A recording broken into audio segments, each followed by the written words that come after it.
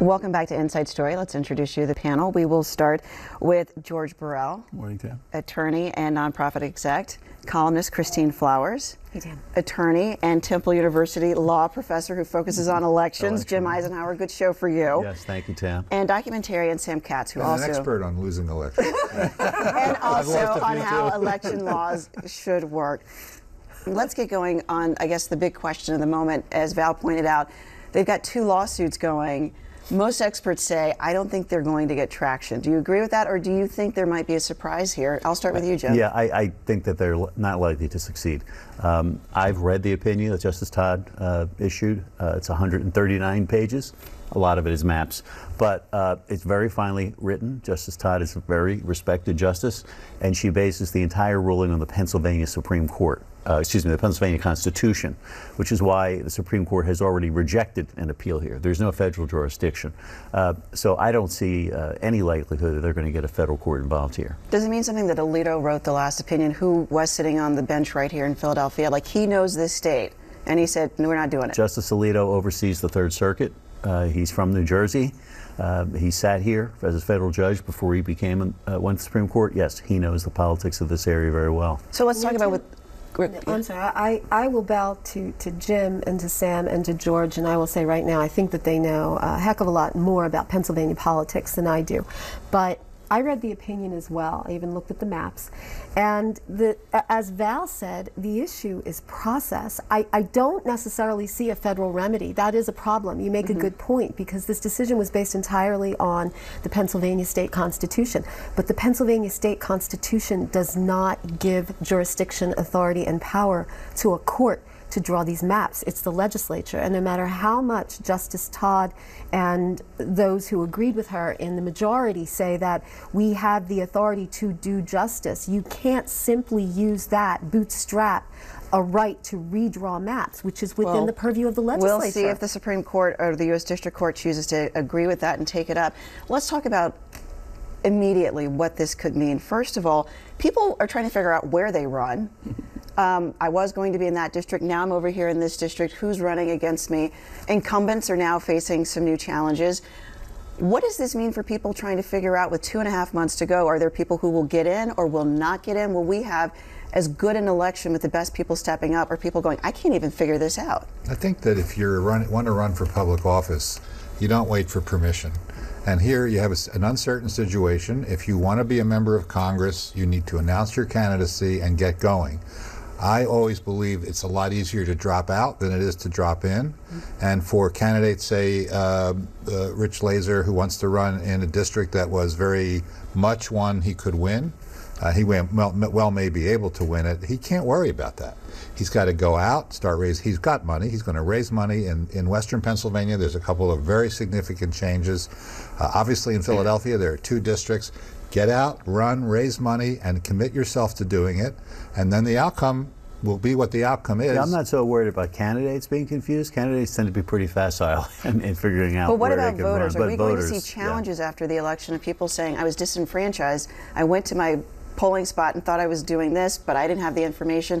Will we be back in the courts? How do you be disenfranchised? You go to the election. I mean, do you really think most voters I'm giving them be able the to make benefit a of the doubt case here, Sam. that they thought they were going to vote in the 2nd district, but they found out that they were in the 3rd? Yeah, they're going to get a lot of communication, and the voting booths are going to be in the same place. And I think the candidates have a clear, they have a clear parameters to make decisions now. They're going to run in the new districts or they're going to run in the old district. And so you got to, if it's a new district, you have to decide, and many of them are deciding whether they want to do it or not, particularly, for example, in Congressman Brady's old district. That district is dramatically redefined in terms of its composition, so people are deciding whether to run in that space. And but I agree with Sam. I mean, those folks who want, most of the people that I know who want to run are trying to figure out where to run. They're not figuring out whether they're going to run, though I think that they would be smart to I think many of those people would be smart not to run in this election. It's going to be really complicated. Well, I think Ted makes a good point, though. I think that we're 2.5 months out from from an election. I don't necessarily think that, and this is a bombshell, that you're no longer in. I'm no longer in my district. I'm in Delaware County, and my district is the one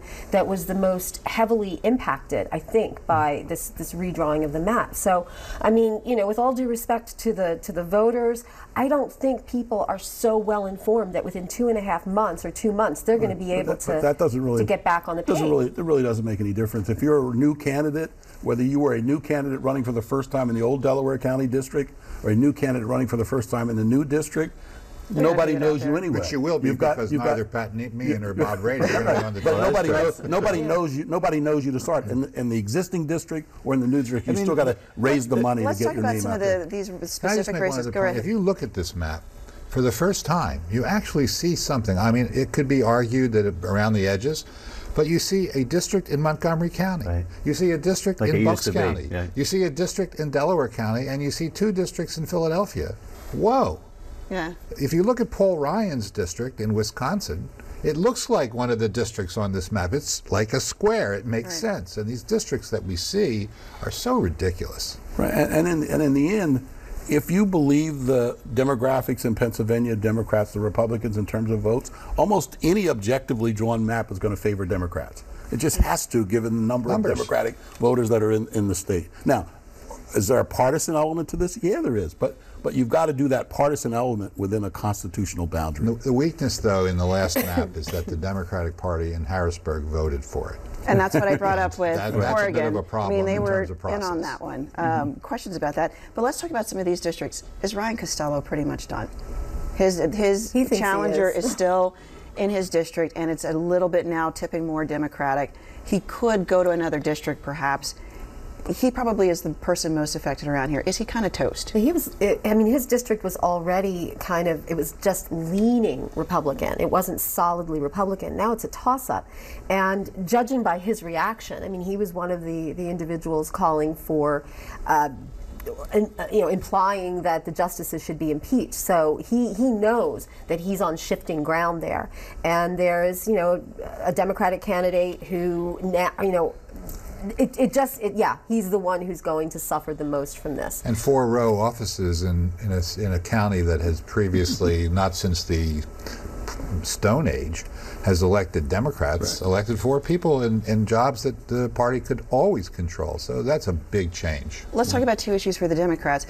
Are we going to see ugliness between South Philly and Delco, where it becomes a tug of war, kind of like what we saw sometimes in Montgomery County over who really gets to represent this seat?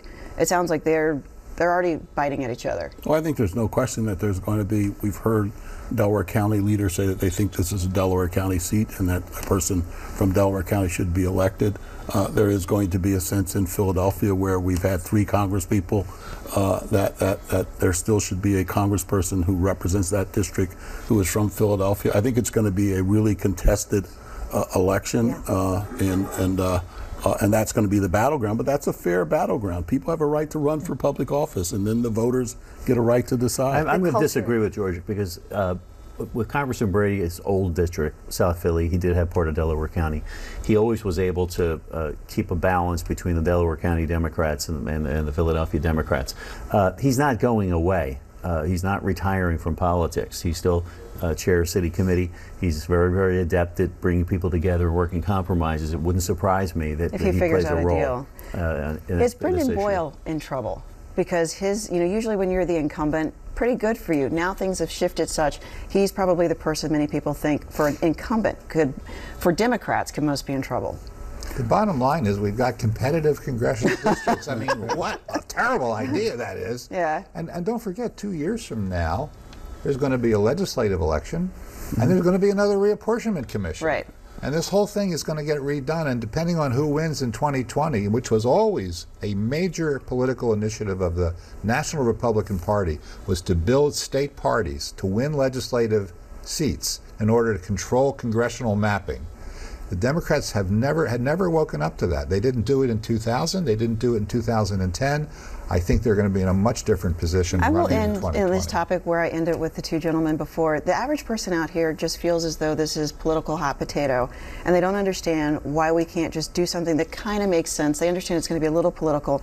Is that just the name of the game, or is there a way to do this that it's not just one more thing that tears everybody apart?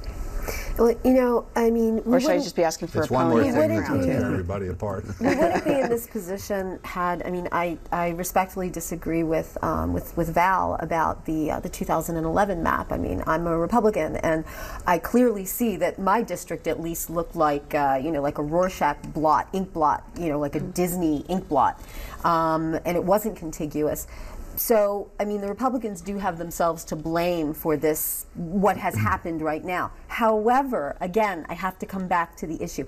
The Supreme Court did not I know, have but my the question right is to going do forward. it. Something new, something new. Is there But I don't something think new that can voters- happen? I don't think voters are in chaos about this. This is an insider fight. Yeah. This Okay. is voters aren't in chaos about what's going on in this fight. All right. Well, let's talk about something that voters are in chaos about, which is school shootings. Senator Pat Toomey had a bill that was up that he wanted to have stricter background checks. So you not only would get a gun check in a gun store, but if you bought online or at a gun show, wouldn't cover family sales. There would be a gun violence task force and withholding of federal funds from states that didn't comply. Was not able to get anywhere, with some people saying, well, you're creating a federal registry and we don't want that. He says he wants to try again. Is this his moment, or is he going to get swatted down again? I heard Wayne LaPierre speak yesterday at the Conservative Conference, and he made this observation that I had not heard before, that of the 50 states, only 13 participate in the pool of providing data to the federal law enforcement about gun registration and violations of gun law. The NRA wants to do something significant about this issue, force and push the legislatures in those other 37 states to become participants in the federal pool of information, which would then make the possibility of background checks viable. If you have a background check and only 13 states are reporting to the FBI, what are you going to know in a background check?